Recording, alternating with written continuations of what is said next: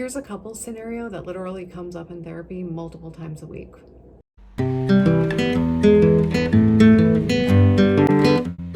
Life is hard. You got jobs, you got kids, illnesses, school and errands, taking care of older parents, you got pets, you got doctor's appointments, and trying to keep all the balls in the air. Sometimes it's so hard, and instead of constructively leaning on each other and having it like us against the world, couples will turn on each other and make it one of them against the other one of them. They're basically like burning off frustration energy, frustration that they're in this pain and discomfort. When they turn on each other, that looks like fights about little inconsequential things and putting each other on the defensive. And so you got a defensive response and then another defensive response. And then before you know it, you're fighting about a completely different thing. And I call these kitchen sink fights. It's not really about, oh, you got to go out with your friends twice that week and I was home with the kids, and you get to go with your friends and you shrank my sweater in the laundry. And it's not about that stuff. I always say when you're in that phase of life and there is no rescue, it's just very stressful.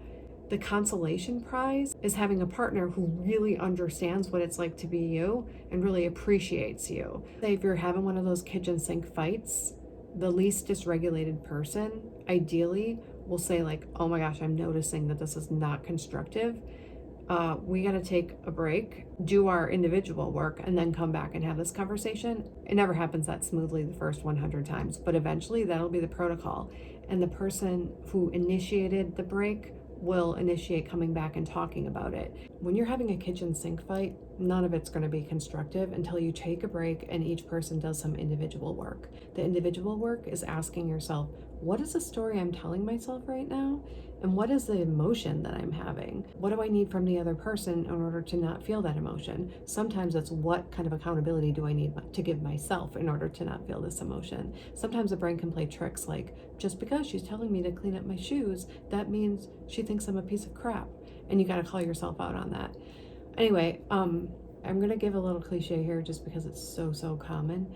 A lot of times what really the female is getting defensive or reactive about is that she has a need to be really deeply seen and understood and maybe even valued.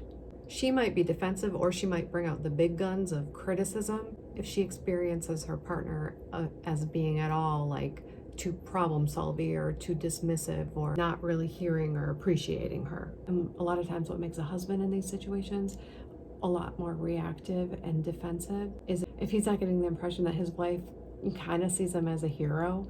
I know that sounds extreme, but I mean like his wife gets that he's thinking about her and his wife thinks of him as capable and competent. That kind of thing, it tends to be a pretty common sensitivity. People with good relationship skills will identify what's vulnerably really going on with them and share that with their significant other.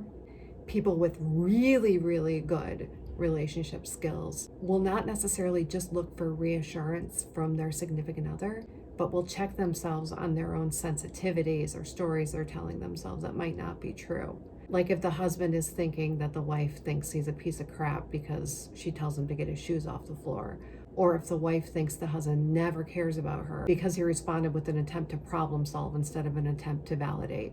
And that person with the really rock star communication skills will also know what their significant other's sensitivities are and what they need to be regulated, and they'll give it to them.